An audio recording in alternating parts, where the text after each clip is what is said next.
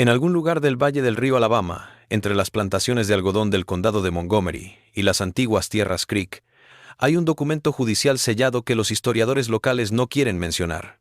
Recoge el testimonio de 7 esclavos que narraron ritos que presenciaron en el sótano de la plantación Willow Bend entre marzo y septiembre de 1845. Ritos que su ama, la señora Elena Rutledge, realizaba en la oscuridad, mientras pronunciaba lenguas que ninguno de ellos comprendía. Cuando el juez le preguntó qué trataba de lograr la señora Rutledge en sus encuentros, los testimonios se volvieron tan perturbadores que la corte selló los documentos por 50 años y luego extendió el sello indefinidamente. 3 de los testigos desaparecieron de los registros del condado 6 meses después de dar su testimonio. Lo que vieron esas 7 personas en el sótano no era magia ni superstición, era algo mucho más frío, algo obsesionado con cosas que las mujeres ricas del sur no deberían conocer, algo que ninguna dama de plantación debería haber aprendido. Pero antes de que sigamos con la historia de Elena Rutledge y los fenómenos inexplicables de la plantación Willow Bend, debo preguntarles algo. Si les gustan los enigmas históricos que desdibujan la frontera entre la realidad y lo imposible, suscríbanse a este canal ahora mismo, activen esa campana de notificaciones y díganme desde qué estado o ciudad me escuchan. Quiero saber qué tan lejos están llegando estas historias americanas olvidadas. Ahora, averigüemos qué pasó realmente en ese sótano de Alabama y por qué la verdad era tan peligrosa que tuvo que ser enterrada durante generaciones. La verdad de lo que ocurrió en Willow Bend no se inicia con la propia Helena Rutledge, sino con los extraños acontecimientos que la llevaron a Montgomery en el otoño de 1843. El condado de Montgomery en aquellos días estaba en la encrucijada de la vieja y la nueva Alabama. El desplazamiento Creek aún estaba fresco en la memoria. La marcha obligada hacia el oeste había terminado hace menos de una década y los colonos blancos se habían apoderado de las mejores tierras con la certeza de los conquistadores. El algodón lo dominaba todo. La tierra negra que se extendía desde el río Alabama daba cosechas que enriquecían a los hombres en una sola estación. Y Montgomery se había transformado de un tosco puesto de comercio en algo parecido a la civilización, con calles anchas, una casa estatal que olía a pintura fresca y suficientes abogados para discutir casos de bienes raíces durante una generación. La plantación Willow Bend se hallaba a 1 kilómetros al suroeste de la ciudad, en una curva del río donde la corriente se ralentizaba y el agua se oscurecía. La propiedad se extendía por casi 800 acres, 200 de ellos cultivados, y el resto entregado a un bosque ancestral que los aldeanos evitaban después del anochecer. No por superstición, sino porque todavía salpicaban aquellos bosques los cementerios Creek, y molestar a los muertos a cualquier muerto parecía una locura incluso para hombres prácticos. La casa de la plantación en sí era de 3 pisos, construida con ladrillos traídos río arriba desde Mobile, con columnas blancas relucientes al sol y galerías que atrapaban la brisa de la tarde. 12 habitaciones en la planta principal, 8 en la superior, y debajo un sótano que abarcaba toda la casa, dividido en cámaras de almacenamiento, una despensa de raíces, y lo que el antiguo propietario había llamado la sala de vinos, aunque había guardado poco vino allí, prefiriendo mantener sus mejores botellas en una bodega más pequeña debajo de la cocina. Samuel Rutledge había adquirido Willow Bend en 1837 por $32,000, una suma enorme que revelaba tanto el valor de la propiedad como su gran riqueza. Se había enriquecido en el transporte marítimo, primero en Charleston y luego en Mobile, y se había casado con Elena Prescott de Savannah en 1835. Ella tenía 19 y él 47. El matrimonio no llamó la atención. Las diferencias de edad no eran tan importantes cuando las habilidades eran grandes y las relaciones familiares eran buenas. Helena trajo $6,000 y conexiones con una de las familias más antiguas de Georgia. Samuel trajo dinero, un futuro. Se trasladaron a Willow Bend con 43 esclavos, comprando 20 más en Montgomery para trabajar en la ampliada operación de algodón. Samuel contrató a un capataz, un hombre delgado llamado Garrett Phelps, que había trabajado en plantaciones en Mississippi y conocía el algodón y la crueldad por igual. La operación fue un éxito. Las cosechas fueron buenas. El dinero se acumuló. Entonces, en la primavera de 1843, Samuel murió al caerse de su caballo mientras inspeccionaba los campos del sur. Su cuello se rompió tan limpiamente que el médico dijo que no debió sentir nada. Helena enviudó a los 27 años y heredó todo: la tierra, la casa, los esclavos, el negocio de algodón y unas deudas tan pequeñas que no eran relevantes. La mayoría de las viudas de su edad habrían vendido la casa o se habrían vuelto a casar de inmediato, pero Helena no hizo ni lo uno ni lo otro. Despidió a Garrett Phelps 2 semanas después del funeral, pagándole hasta fin de mes y diciéndole que ya no necesitaba sus servicios. Entrevistó a 3 posibles capataces y no contrató a ninguno. En cambio, comunicó a la población esclavizada de Willow Bend que ella misma dirigiría la plantación, que el trabajo seguiría igual, que esperaba pleno rendimiento y que no toleraría insubordinación. La configuración era extraña, pero no sin 327 precedentes. Algunas viudas ricas del sur tenían sus propias tierras y eran tan buenas como cualquier hombre en cuestiones de cuentas y administración. Lo que marcó a Helena, lo que primero despertó sospechas entre los esclavos y las familias blancas que la habían integrado en la sociedad de Montgomery, fue la manera en que actuó en los meses que siguieron a la muerte de Samuel. Se sentaba en la pequeña biblioteca de la plantación, una habitación que Samuel había llenado de libros agrícolas y legales, leyendo hasta el amanecer a la luz de las velas. Cabalgaba sola por la finca, desapareciendo en el arbolado durante horas. Realizaba viajes a Montgomery 3 o 4 veces por semana, no a las tiendas o a las visitas sociales habituales, sino a las oficinas de abogados, al secretario del condado, y lo más peculiar, a un cartógrafo alemán recién llegado llamado Wilhelm Brenner, que se especializaba en estudios de propiedades y mapas históricos. La primera ceremonia tuvo lugar la noche del 13 de marzo de 1845, pero ninguna de las personas esclavizadas en Willow Bend entendió lo que estaban presenciando hasta mucho después, cuando el patrón se hizo inconfundible. Esther, la cocinera de la casa principal, fue la primera en darse cuenta de la elaboración. Helena le había mandado limpiar la cámara grande del sótano, la sala de vinos, ahora quedaban pocas botellas, de arriba a abajo, frotando con jabón de lejía el suelo de ladrillo y las paredes de piedra hasta hacerlas relucir. Cuando Esther preguntó si la ama iba a guardar algo nuevo allí abajo, Helena respondió que el lugar solo necesitaba limpiarse. La labor les llevó a Esther y a su hija Celia 2 días completos. El sótano estaba mojado, el aire denso con olor a tierra y a ladrillo rancio. La cámara tenía tal vez 9 metros de largo y 6 de ancho, con el techo abovedado que hacía que las voces resonaran de forma extraña. Las ventanas bajas apenas dejaban entrar luz, y Esther tuvo que moverse con un farol que proyectaba sombras vacilantes en las paredes, haciendo que la habitación pareciera más pequeña de lo que era, más estrecha. La noche del 12 de marzo, Helena ordenó a Esther que llevara 4 sillas al sótano y las colocara frente a frente en el centro de la habitación. No debía traer lámparas, velas, nada de luz. Cuando Esther se quejó de tener que trabajar a oscuras, Helena le dijo que la disposición era para clientes que preferían privacidad y que no se preocupara por cosas que no le importaban. Aquella noche, pasada la medianoche, 3 mujeres se acercaron a Willow Bend en un carruaje cerrado. Isaías, que cuidaba los establos, las vio llegar, pero no pudo ver sus caras en la oscuridad. Llevaban puestas capas gruesas a pesar del clima templado, las capuchas subidas, y pasaron velozmente del carruaje a la casa en silencio.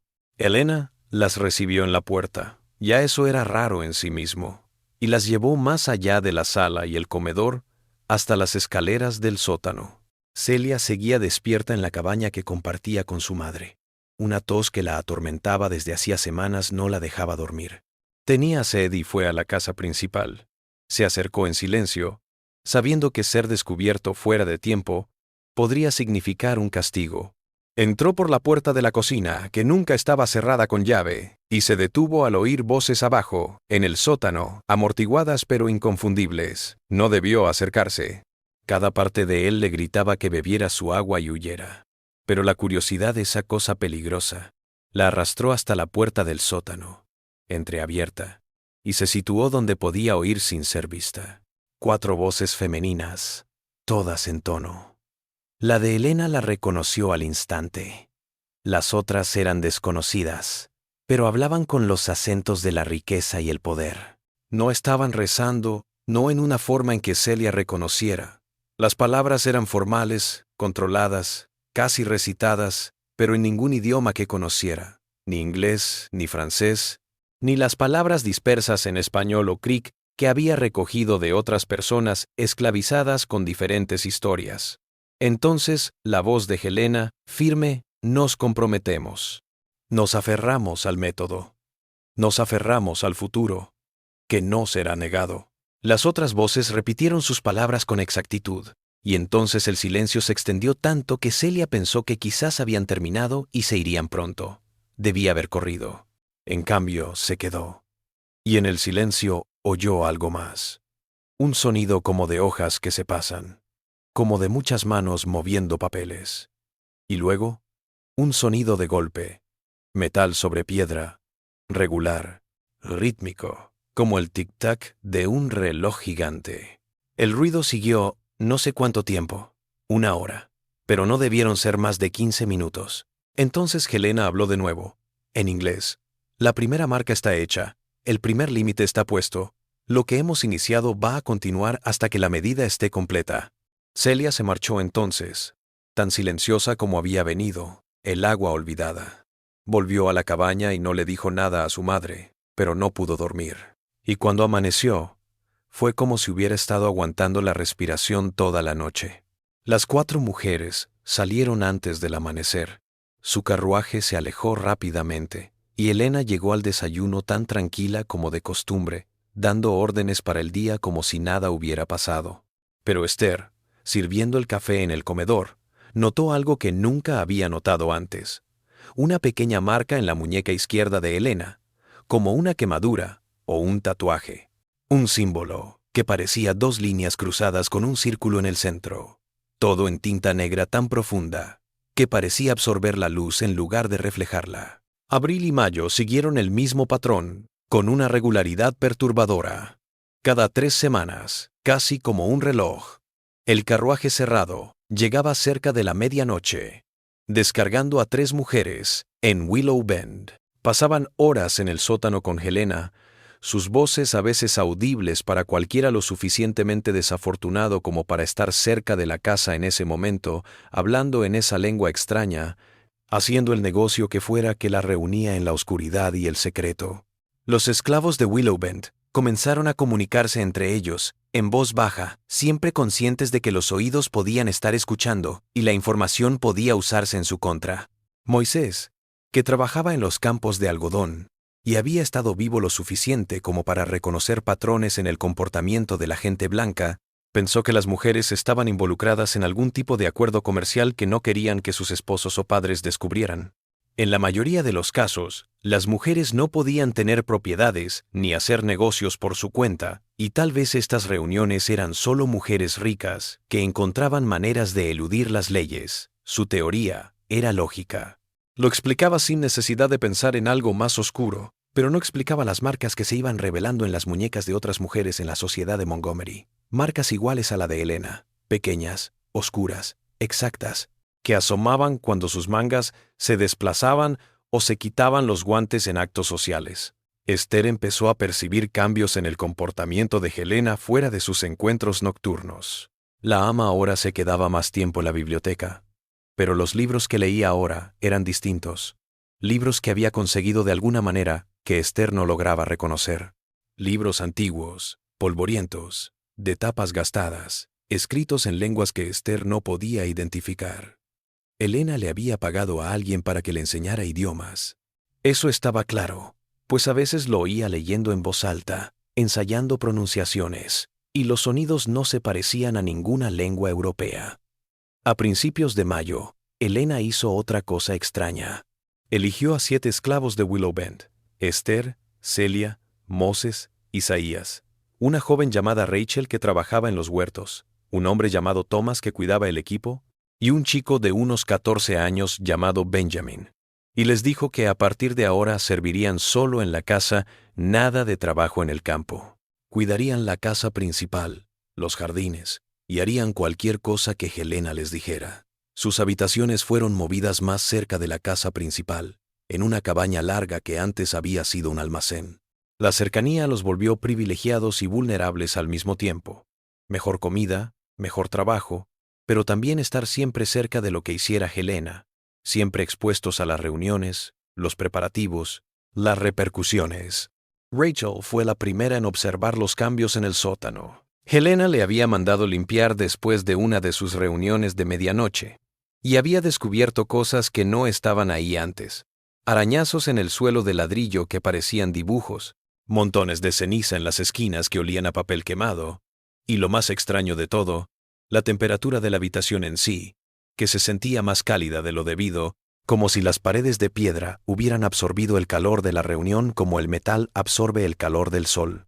Cuando Rachel le comentó el calor a Moses, le dijo que olvidara que lo había visto, que limpiara lo que le habían dicho que limpiara y que no hiciera preguntas. Pero Rachel era joven, curiosa, y el misterio la intrigaba. Empezó a estar más atenta durante el día, a seguir los pasos de Helena, a tomar nota de cuándo su ama iba a la ciudad y qué traía de vuelta. Una tarde de fines de mayo, Rachel vio a Helena regresar de Montgomery con un paquete envuelto en lona del tamaño de un libro grande. Helena lo condujo ella misma a la biblioteca, sin dejar que nadie la ayudara, y Rachel descubrió más tarde que la puerta de la biblioteca estaba cerrada con llave, algo que nunca había sucedido antes. La siguiente medianoche fue el 3 de junio, y esta vez Celia fue ubicada cerca de la puerta del sótano por su madre, la cual ya estaba preocupada de que lo que fuera que estuviera ocurriendo los involucrara a todos, y que llegara el momento en que les exigieran participar o presenciar algo en lo que no podrían negarse sin recibir un castigo. Era preferible conocer lo que podían encontrar a ciegas. Celia volvió a escuchar, de nuevo en la oscuridad de la cocina, escuchando, sin ser vista. 5 voces esta vez, no 4, Helena y 4 invitados. El idioma era el mismo, aquel canto raro que no era canto y que ponía la piel de gallina en los brazos de Celia. Pero esta vez había algo más, algo que olía desde el sótano, algo demasiado familiar, algo metálico, como hierro viejo en agua, como sangre recién oxidada. Entonces, en inglés, Helena habló palabras que Celia recordaría por el resto de su vida. La segunda marca está hecha, el segundo límite está puesto. Estamos más cerca del final que nadie que haya venido antes.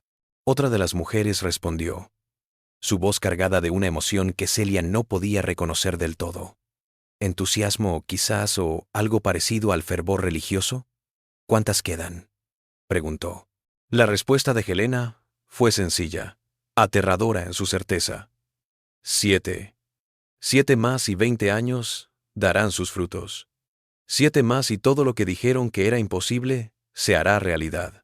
El calor del verano se abalanzó sobre el condado de Montgomery, como una mano sofocante, e hizo temblar los campos de algodón bajo el sol de la tarde y languidecer el río. Los esclavos de Willow Bend trabajaron en el calor como siempre, pero ahora con el peso de saber que algo estaba llegando a su fin, que Helena y sus enigmáticos visitantes recorrían una especie de camino ya establecido, y que, al llegar al final que perseguían, las consecuencias podrían ir más allá de las reuniones nocturnas y los rituales clandestinos. Moisés decidió preguntar de manera más directa. Su edad y experiencia le otorgaban una cierta protección, pero solo hasta cierto punto, cuando la persona que interrogabas era tu ama absoluta. Empezó a controlar los viajes de Helena a la ciudad, tomando nota de qué edificios visitaba y cuánto tiempo permanecía. El patrón que surgió fue claro. Helena se encontraba con Wilhelm Brenner, el cartógrafo alemán, y se reunía con él durante horas. Iba a ver también a un abogado llamado Josiah Hammond y a un médico llamado Edward Finch, aunque no parecía enferma. Lo más curioso es que viajaba una vez al mes a una pequeña imprenta regentada por un tal Cyrus Greenwald, un emigrante de Massachusetts que había traído una imprenta al sur y se dedicaba a imprimir papeles para prácticas legales y pequeñas editoriales. Moisés no podía acompañar a Helena a estas reuniones, ni oír lo que se decía, pero podía ver los frutos. Helena a veces volvía con papeles, no solo cartas, sino documentos de aspecto oficial, material impreso, a veces paquetes envueltos que parecían libros o manuscritos.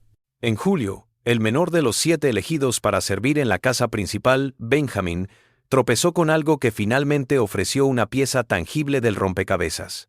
Le había tocado ordenar las estanterías de la biblioteca, tarea que implicaba cargar libros, desempolvar, reorganizar. Helena había salido un momento de la habitación y Benjamin, que sabía leer a pesar de las leyes, en contra de enseñar a leer a los esclavos, los hijos de su antiguo amo le habían enseñado en secreto, revisó uno de los libros que ella había estado estudiando.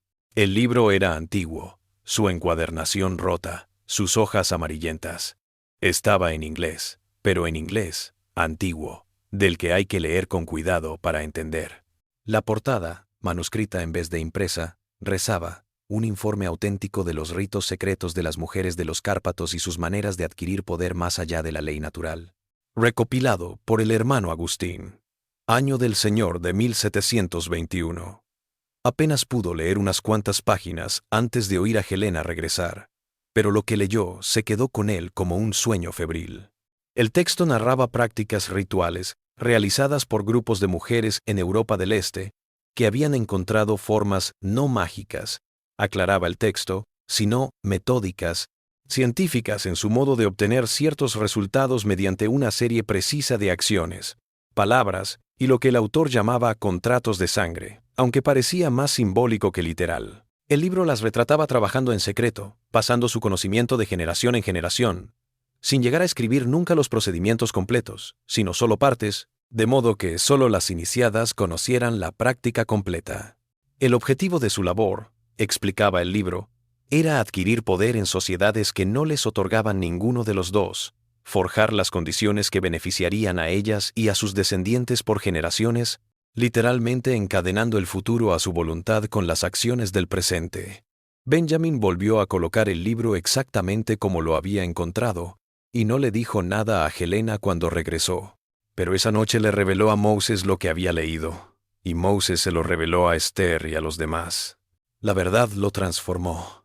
Lo que hacía Helena no era solo un comportamiento extraño o tratos clandestinos. Estaba aplicando algún tipo de método, algún tipo de sistema que ella pensaba que iba a dar lugar a ciertos resultados.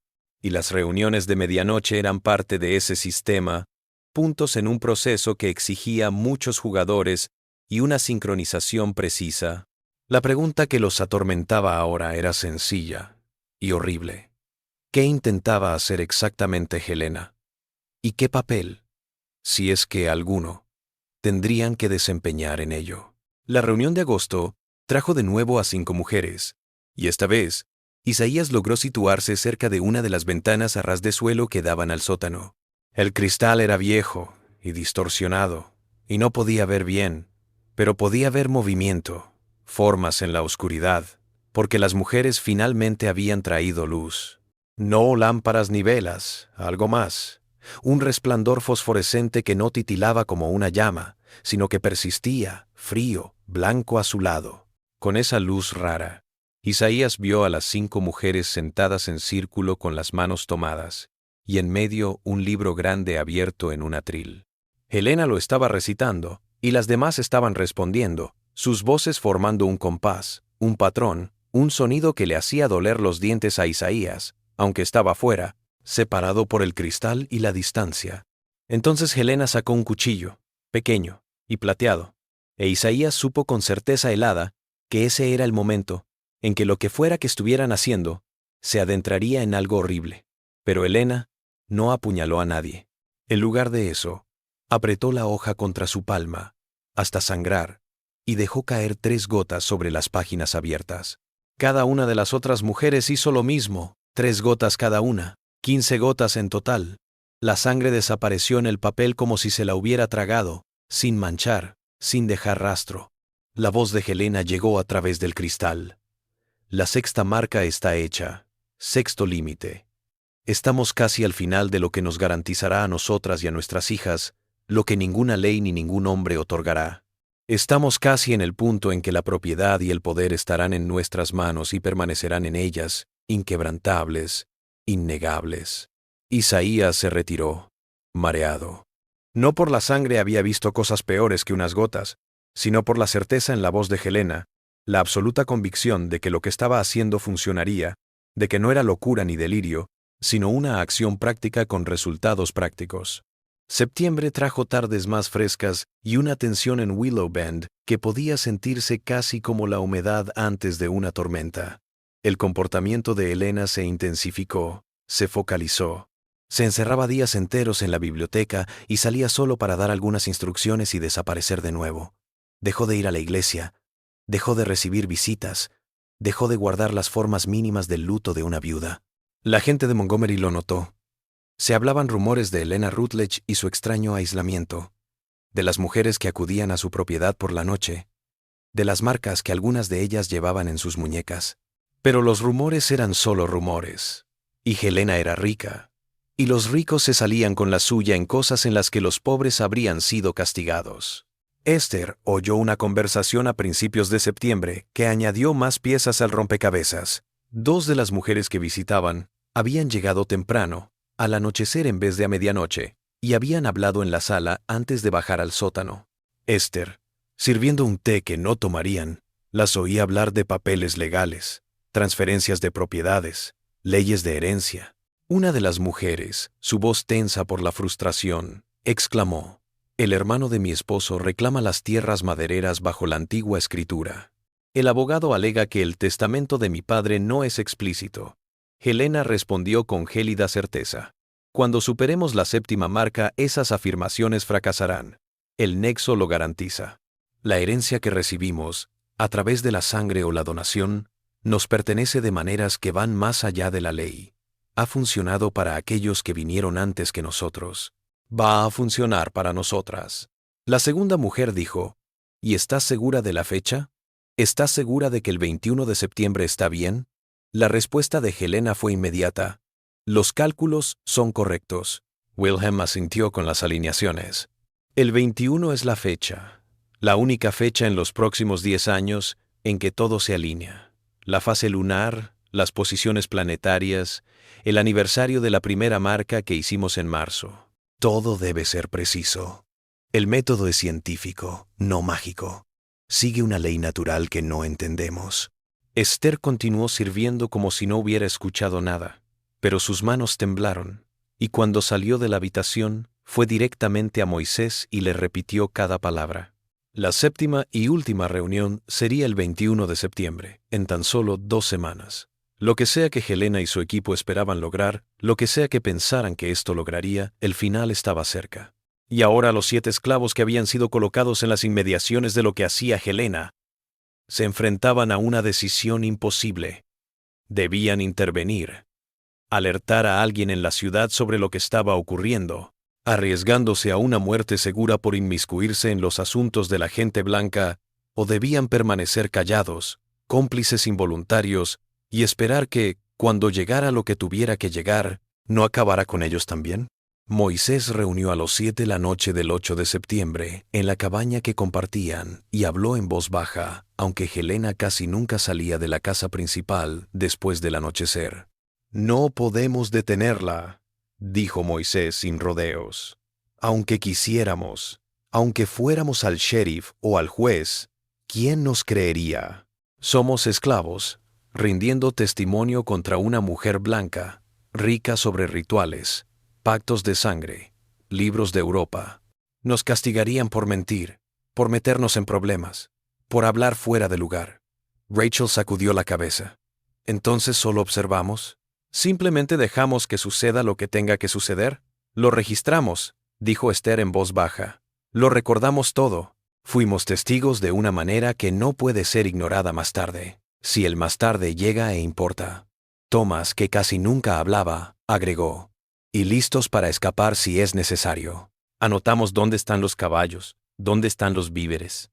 Listos para sobrevivir a lo que esto traiga».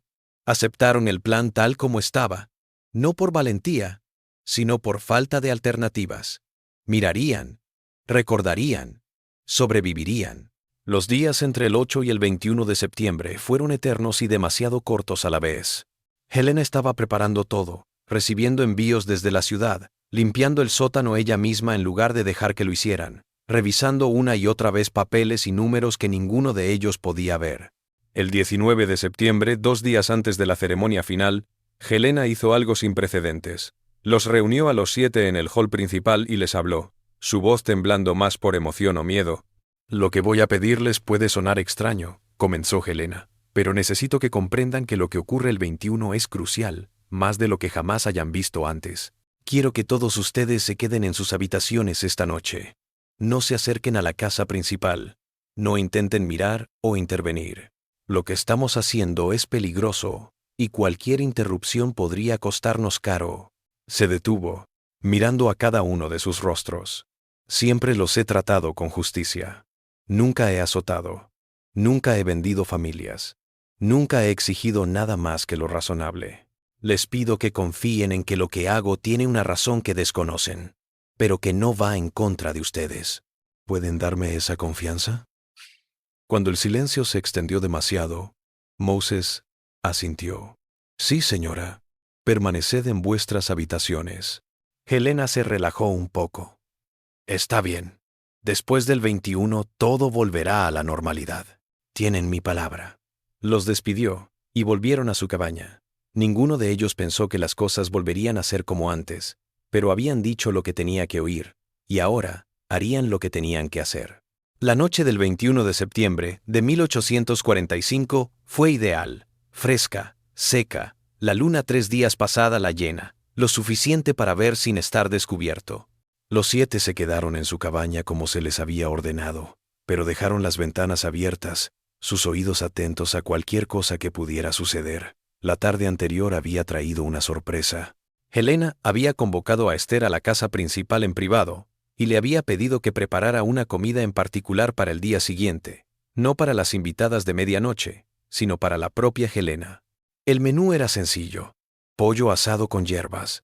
Helena las nombró en latín. Pan de un tipo especial de harina que había hecho traer de Charleston. Verduras en cantidades precisas y un té preparado con hojas que Helena le entregó en un recipiente sellado, hojas que olían a menta y a algo más oscuro, más medicinal. El momento importa, le había dicho Helena a Esther, su voz con una intensidad que sorprendió a la cocinera. Debo ingerir este alimento exactamente a las 6 de la tarde, 3 horas antes de que lleguen los demás.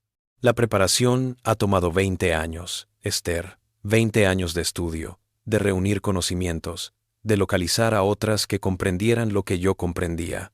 Todo debe ser preciso. Esther había cocinado tal como se le había indicado, y Helena devoraba cada bocado con ritual exactitud, consultando un reloj de bolsillo entre plato y plato, cronometrando incluso su velocidad al comer. Al terminar, Helena le había dado las gracias otro gesto raro, y le dijo que tenía la noche libre, que no se necesitaría a nadie en la casa principal hasta la mañana. Ahora, sentada en la cabaña mientras la noche se acercaba, Esther les reveló esto a los demás, y Moisés frunció el ceño, tratando de comprender lo que eso podría implicar. Se está preparando, dijo lentamente, como uno se prepara para la batalla o para una prueba. Sea lo que sea que suceda esta noche, necesita estar en un estado particular, física y mentalmente, agregó Thomas, o ella piensa que lo necesita. Tal vez esté leyendo en uno de esos libros viejos que dicen que tienes que comer ciertas cosas antes de las ceremonias y está siguiendo instrucciones sin sentido. O todo lo contrario, respondió Rachel. Y vamos a descubrir si toda esta anticipación, todos estos meses de negociaciones, sangre y lenguas desconocidas, tienen un resultado auténtico o una simulación elaborada. El carruaje cerrado llegó a las 11:30, con 5 mujeres a bordo como se había previsto. Isaías, desde la ventana de la cabaña, los vio descender. 5 figuras encapuchadas que se desplazaban con rapidez hacia la casa principal, donde Helena aguardaba en la puerta. 6, en total.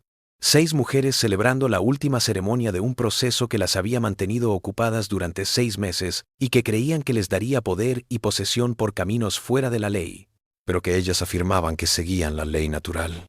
Pero esta vez, algo había cambiado. Las mujeres no se precipitaron en la casa. Se agruparon en los escalones delanteros, e incluso desde la distancia Isaías podía oírlas hablar, no en el extraño idioma que hablaban en el sótano, sino en inglés, sus voces teñidas de emoción, de expectación. La voz de una mujer se alzó un poco. ¿Segura de los cálculos, Helena? ¿Segura de que esta noche es la noche? La respuesta de Helena fue firme. Wilhelm los revisó 3 veces: la luna, las posiciones planetarias, el número exacto de días desde que hicimos la primera marca. Todo se alinea esta noche de una forma que no volverá a suceder en otros 19 años. Si no terminamos el lazo ahora, todo lo que hemos hecho habrá sido en vano. El método necesita una sincronización perfecta.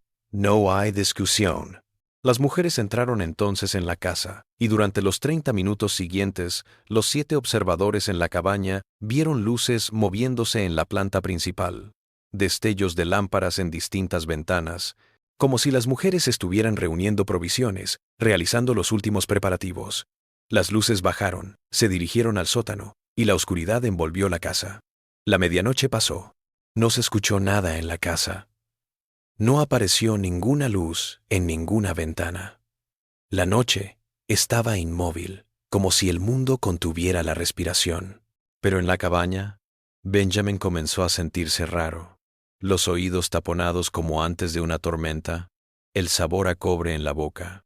Se lo susurró a Moisés, que frunció el ceño y preguntó si alguien más lo sentía. Todos lo notaban. Una sensación de que algo estaba mal en el aire. Algo que probablemente no era más que su propio nerviosismo manifestándose físicamente, pero que se sentía como algo externo, algo que los empujaba desde la casa principal. A la 1 de la madrugada, Celia susurró que necesitaba saber que la incertidumbre era peor que cualquier castigo. Antes de que alguien pudiera detenerla, se escabulló fuera de la cabaña y se dirigió a la casa principal, permaneciendo en las sombras, acercándose a la ventana del sótano donde Isaías había espiado durante la ceremonia de agosto. Los demás la siguieron. No iban a dejarla ir sola, no iban a permanecer en la oscuridad por más tiempo. Llegaron a la ventana del sótano, 7 caras presionadas contra el vidrio distorsionado, observando el espacio que habían despejado y preparado docenas de veces. Lo que observaron fue a la vez ordinario y aterrador en sus implicaciones.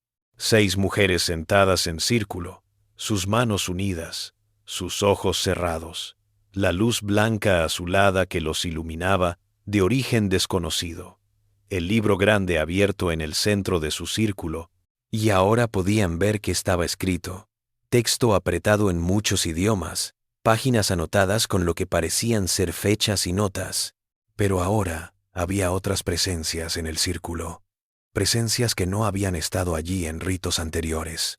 7 velas colocadas en una forma específica alrededor del libro.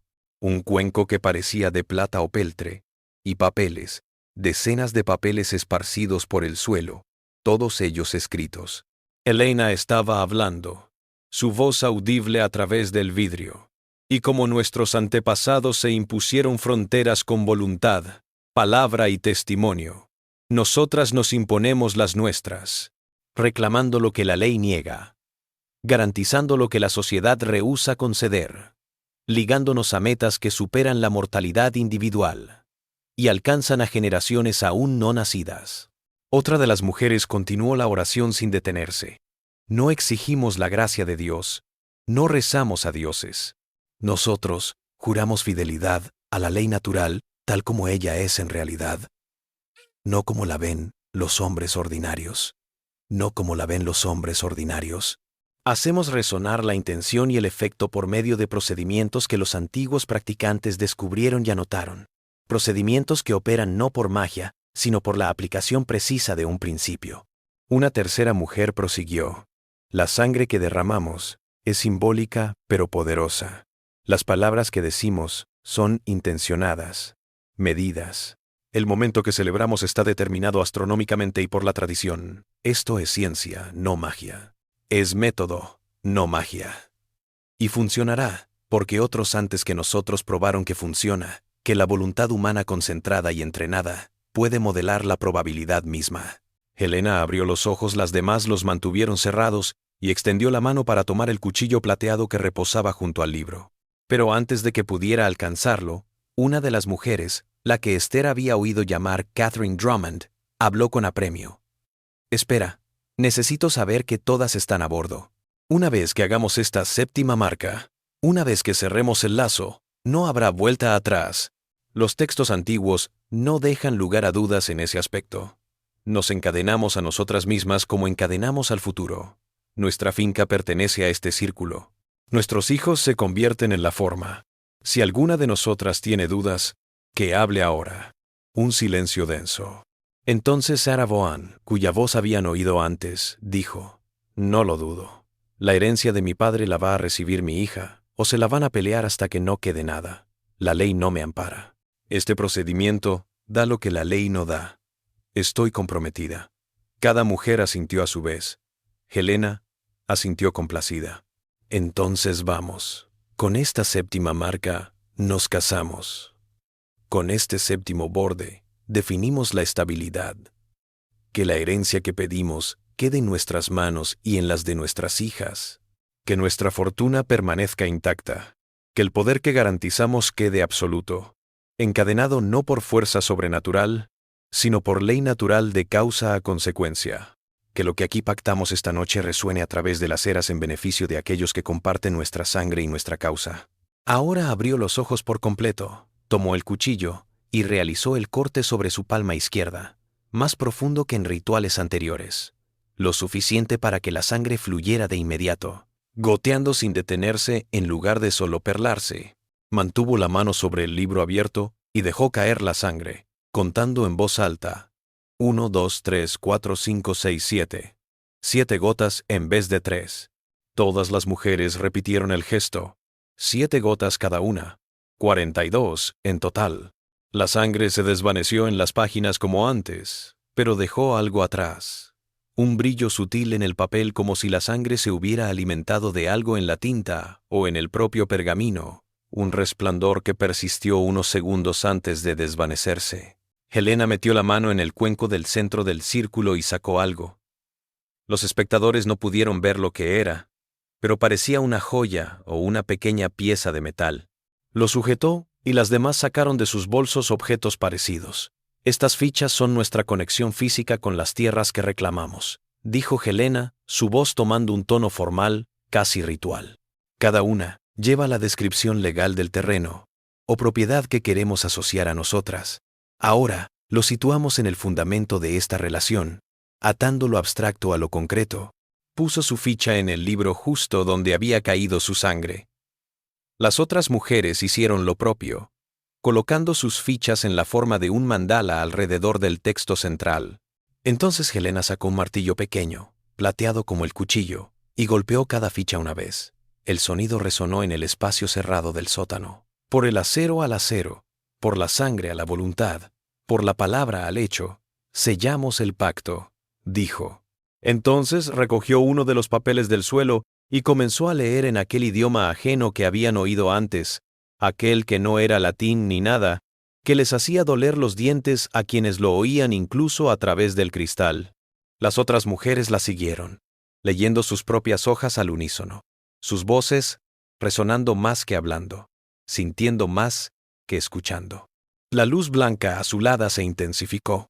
Por un instante, solo por un instante, el aire del sótano se distorsionó. Se dobló como el espejismo de calor en una carretera de verano, distorsionando las imágenes de las mujeres sentadas, que parecían parpadear dentro y fuera de la solidez. Luego se detuvo. La luz se atenuó de nuevo. Las mujeres se quedaron calladas, y Helena cerró el libro con un chasquido seco que resonó en el sótano, y dijo: «Hecho. El método está listo. El trato está hecho. Ahora esperamos la manifestación, que los escritos auguran que se manifestará en 6 ciclos lunares. Para la luna nueva de marzo del año que viene tendremos las primeras confirmaciones. Para este mismo tiempo, el año que viene, el patrón será inconfundible». Una de las mujeres preguntó, su voz temblando: «¿Y si no funciona? ¿Y si la marcha no se lleva a cabo?». La respuesta de Helena fue gélida, segura. «Entonces todos los que vinieron antes que nosotros mintieron o fueron estúpidos, y perdimos 6 meses siguiendo un método vacío. Pero no lo creo. He leído demasiado, comprobado demasiadas historias de mujeres que utilizaron estas técnicas y amasaron fortunas, fundaron dinastías, salvaron a sus hijas de la ruina. Esto está funcionando. Siempre ha funcionado. Va a funcionar para nosotras». Las 6 mujeres se sentaron en silencio durante 10 minutos. En el silencio, nada sucedió. Ni luz, ni ruido, ni nada en el sótano o en el mundo que lo rodeaba. Solo 6 mujeres sentadas en círculo, esperando algo que podría ser nada, o podría ser locura, o podría ser una manipulación de principios que habían leído en libros antiguos y que creían poder aplicar con científica exactitud. Pero algo había cambiado, algo sutil, que los 7 no podían nombrar. El aire era diferente, más ligero, como si cualquier tensión que hubieran acumulado durante la noche se hubiera disipado. El sabor a cobre en sus bocas se desvaneció. La sensación de que algo iba mal se desvaneció, dejando solo el aire habitual de la noche de septiembre, fresco y limpio. Finalmente Helena se levantó. Las demás la imitaron. Recogieron sus papeles y los guardaron en estuches de cuero que habían traído. Helena recogió las fichas de las páginas del libro, devolviéndoselas a sus dueñas. Cerró y encadenó el libro con un candado de latón. Recogieron sus capas. Apagaron la extraña luz. Resultó ser una especie de lámpara química. Nada sobrenatural, solo fósforo, o algo por el estilo que producía luz fría. Y se dirigieron a las escaleras del sótano. Los 7 espías en la ventana corrieron de regreso a su cabaña y entraron solo segundos antes de que la puerta principal de la casa se abriera y las mujeres salieran. Se apretaron contra las paredes de la cabaña, apenas respirando, escuchando los pasos en el camino de grava, el susurro de la tela, el murmullo bajo de las voces. Recuerden, la voz de Helena llegó a través de la distancia. No hablen de esto con nadie fuera de nosotros. Ni maridos, ni confidentes, ni siquiera nuestras propias hijas, hasta que lleguen a una edad en que puedan comprender y podamos confiar en ellas. El método se aplica mejor en secreto. La familiaridad erosiona el afecto. Cuando ¿nos veremos de nuevo?, dijo alguien. No hasta dentro de 6 meses. No hasta que podamos verificar si la erupción está sucediendo como se predijo. Miren sus propiedades, sus herencias, sus negocios. Registren todo lo extraño, todo lo que parezca resolverse a su favor, en contra de toda lógica. En marzo compararemos los resultados y veremos si tenemos que fortalecer el lazo o si la estabilidad inicial se mantiene. El carruaje se alejó, como siempre, y la noche volvió a estar en calma. Moisés negó con la cabeza. Tal vez eso fue todo. Puede que Helena y esas mujeres crean en algo que no está ahí. Piensan que su sangre y su palabra atan el destino. Y puede que solo sean ricos actuando como si tuvieran poder porque no tienen nada mejor que hacer. Los ricos se ponen raros cuando tienen demasiado tiempo y demasiado miedo a perder lo que tienen. Pero Esther, mayor y más prudente, intervino. O tal vez todavía no podemos ver los frutos. Quizá lo que creen que hicieron, lo que creen que lograron, no se revele de inmediato. Quizás la prueba que esperan se hace esperar. Dijeron 6 lunas, dijo March. Quizá debamos esperar y mirar como ellas van a esperar y mirar. Celia, todavía impactada por lo que había presenciado, agregó. ¿Viste lo segura que estaba Helena? ¿Cuán convencida? No soy estúpida. Es una chica bien educada. Ha leído mucho. Ha hablado con ese cartógrafo alemán y abogados, y quién sabe qué más. Si ella está tan convencida de que el método funciona, a lo mejor es que sabe algo que nosotros no. O Thomas respondió, tal vez la educación y la inteligencia no te inmunizan contra la fe, en algo que te haga sentir poderosa cuando te sientes impotente. Quizá toda su lectura solo le proporcionó maneras refinadas de fingir que controla lo que nadie controla, la ley de propiedad, la herencia, los tribunales, el futuro. Benjamin, que había estado en silencio, habló. Leí un poco de ese libro en la biblioteca, ¿recuerdas? Se refería a mujeres europeas que llevaban siglos utilizando estos métodos. Narraba éxitos, ejemplos de mujeres que lograron asegurar bienes contra toda posibilidad, que conservaron fortunas en sus manos a pesar de leyes adversas. Esos casos fueron registrados, jurados por las personas de la época. O esos papeles son falsos, o algo en el método está creando resultados. ¿Pero cómo?, repitió Rachel. ¿De qué manera? Unas gotas de sangre y palabras extrañas podrían influir en casos de propiedad y tribunales de herencia. Eso no tiene sentido. Moisés guardó un momento de silencio antes de responder. Tal vez no les afecte directamente. Quizás la ceremonia sea psicológica.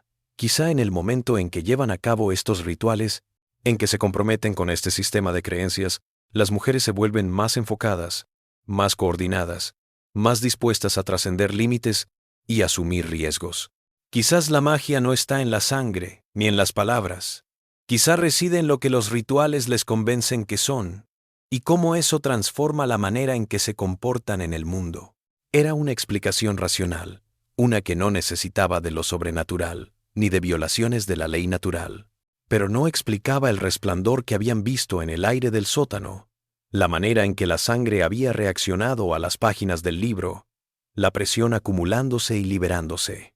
A menos que todo fuera imaginado, fruto de su nerviosismo y expectación, viendo lo que pensaban que debían ver en lugar de lo que estaba realmente presente.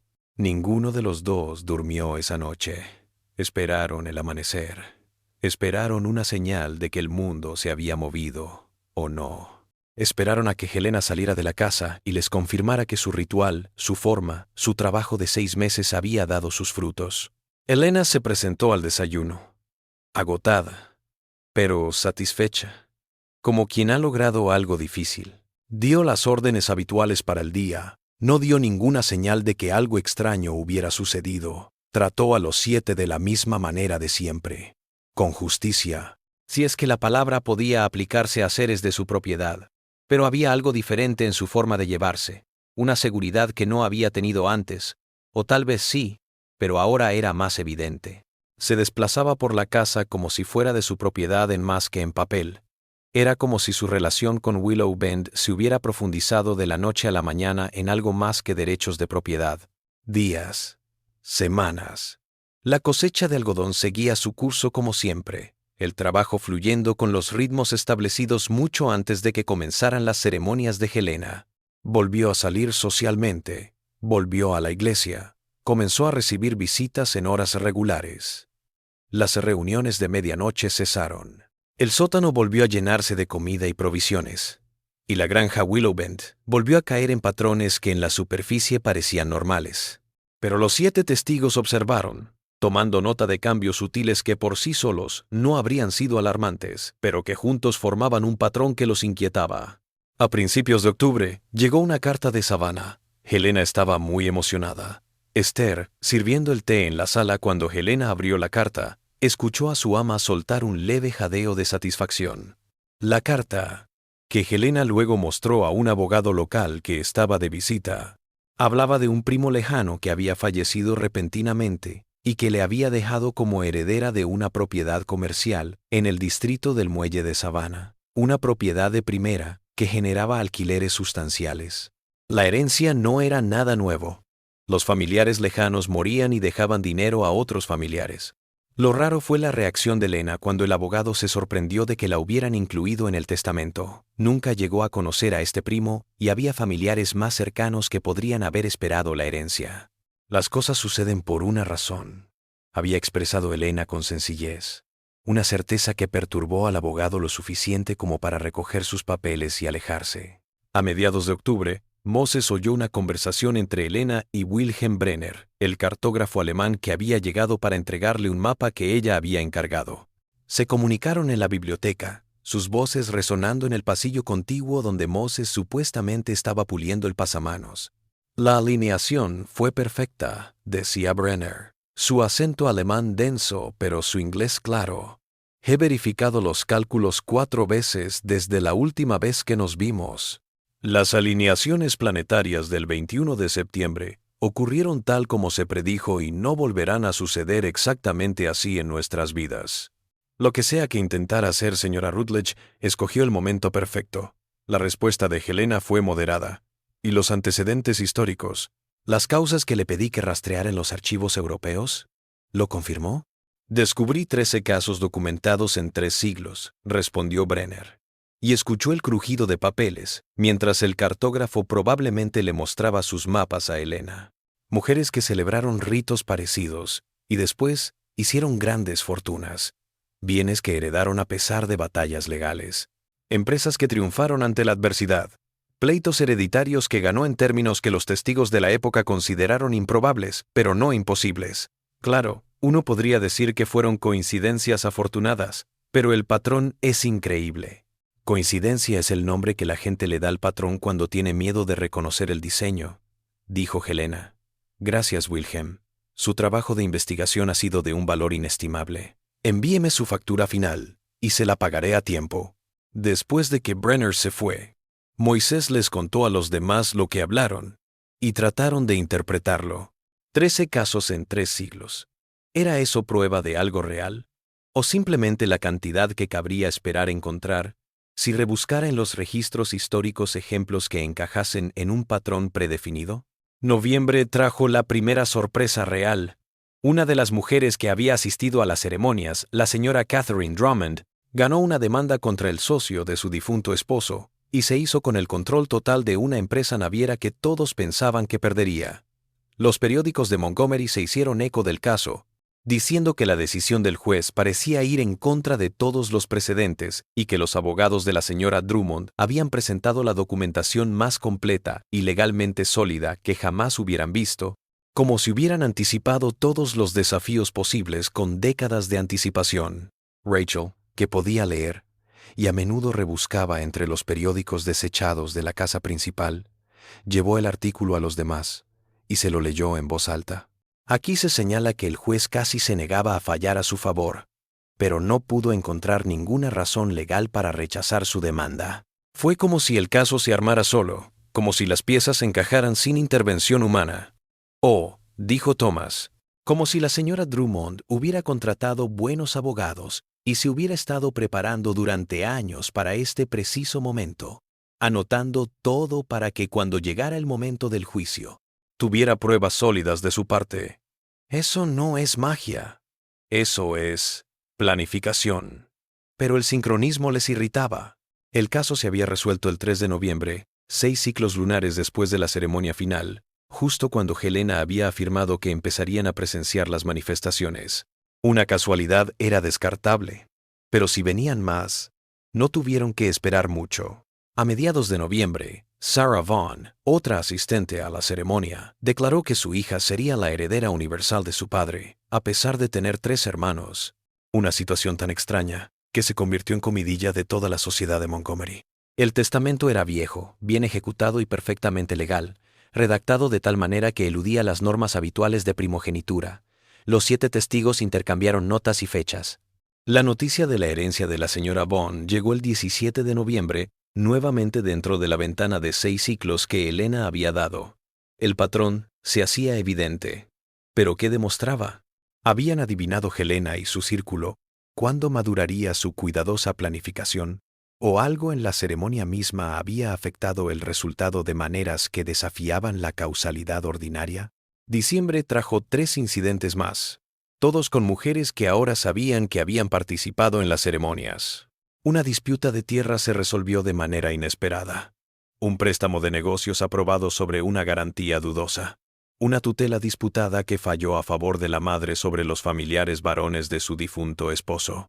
Para enero de 1846, las 6 mujeres que habían participado en las ceremonias parecían estar beneficiándose de condiciones legales y financieras inusuales, juicios de tierras que se resolvían a su favor, herencias inesperadas, negocios que prosperaban más allá de toda probabilidad. Y nada de ello dependía de nada más que de la buena suerte y una cuidadosa planificación, a menos que se creyera que la ceremonia, la sangre y las palabras pronunciadas en la oscuridad podían alterar las probabilidades en una dirección determinada, podían generar las circunstancias en las que las practicantes tenían más posibilidades de tener éxito a expensas del azar, a menos que se admitiera que la voluntad humana, ejercida con suficiente concentración y técnica, podía influir en los resultados de forma aparentemente aleatoria, pero en el fondo intencional. Los 7 esclavos de Willow Bend habían sido testigos de todo, y se debatieron con una pregunta imposible. ¿Qué habían visto? Un grupo de mujeres inteligentes y frustradas que utilizaban un teatro complejo para infundirse confianza y concentración, o algo más siniestro. ¿Un método que funcionaba a pesar de desafiar todo lo que creían saber sobre cómo funcionaba el mundo? Esther finalmente habló, diciendo lo que todos estaban pensando. Tal vez no importe si es real o falso. Quizá eso es lo que importa, que está funcionando, que Helena y esas mujeres están consiguiendo lo que querían, atando propiedades y poder que la ley decía que no podían poseer. Si lo hicieron con magia o con psicología y planificación, no altera el resultado. Pero nos importa. dijo Moisés. Si lo que hicieron fue solo un ritual y una preparación, entonces podemos decírselo a la gente sin que suene loco. Pero si hicieron otra cosa, algo que alteró la probabilidad a través del ritual, ¿quién nos creería? Y si alguien nos creyera, ¿qué harían? ¿Prohibir las ceremonias? ¿Por decir palabras raras y sangrar libros? No tenían respuestas, solo miradas y una creciente preocupación. Helena parecía ganar confianza cada mes, como si las pruebas validaran convicciones que había mantenido durante años.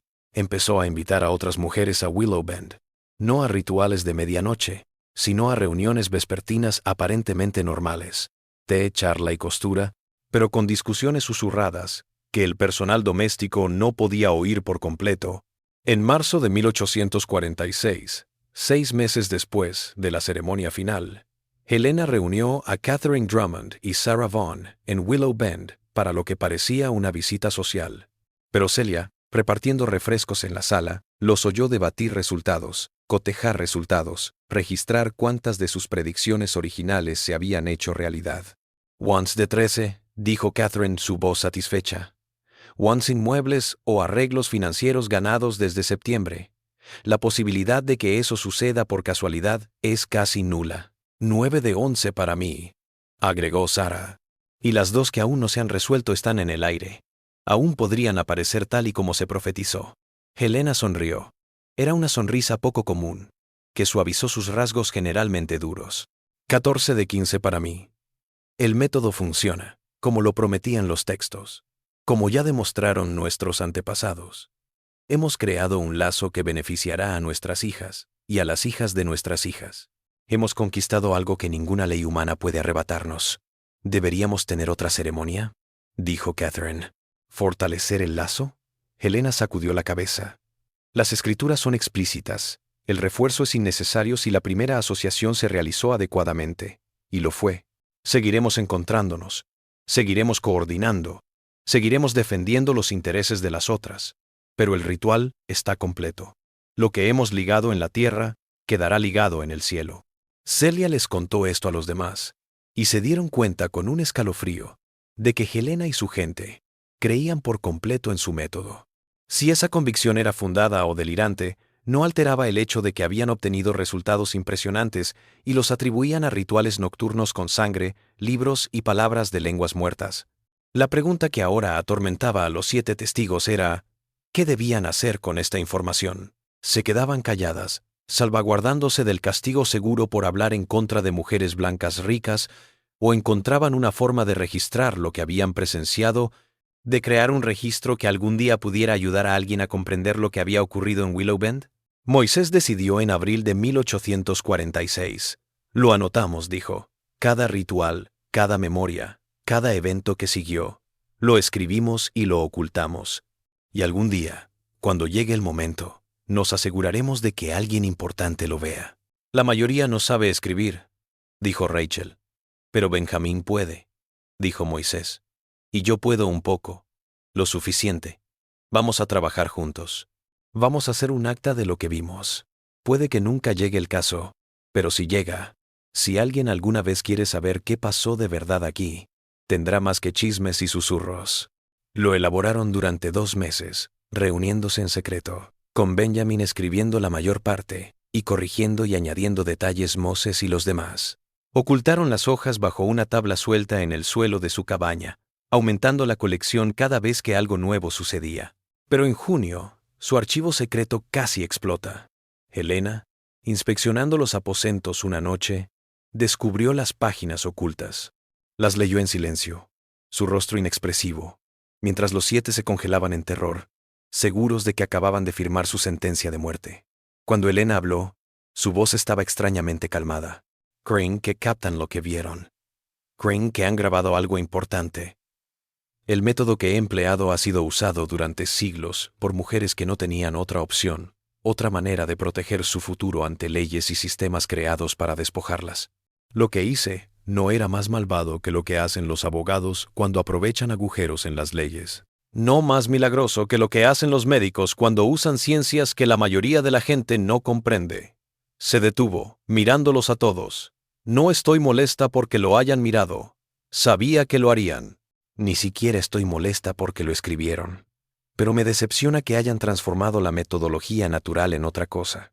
La conexión que creé pasa por la psicología y la probabilidad, por la planificación y el apoyo entre nosotras, mujeres que nos negamos a ser negadas. No hay magia. Nada que vaya en contra de las leyes de la naturaleza. Solo voluntad humana, científicamente orientada. Quemó las páginas que habían escrito, viendo cómo cada palabra se convertía en cenizas. No le dirán a nadie lo que vieron. No porque me preocupe que me crean, no lo harán, sino porque no quiero que anden rumores por ahí que me abran un boquete en mi posición social. En cambio, yo continuaré tratándolos justamente, como siempre lo he hecho.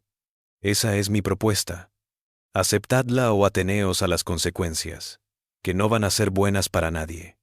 Ellos asintieron. Claro, no tenían opción. Pero Esther, envalentonada porque Helena no había reaccionado con violencia de inmediato, preguntó: ¿funcionó? ¿La ceremonia? ¿El juramento? ¿Funcionó? Helena sonrió levemente.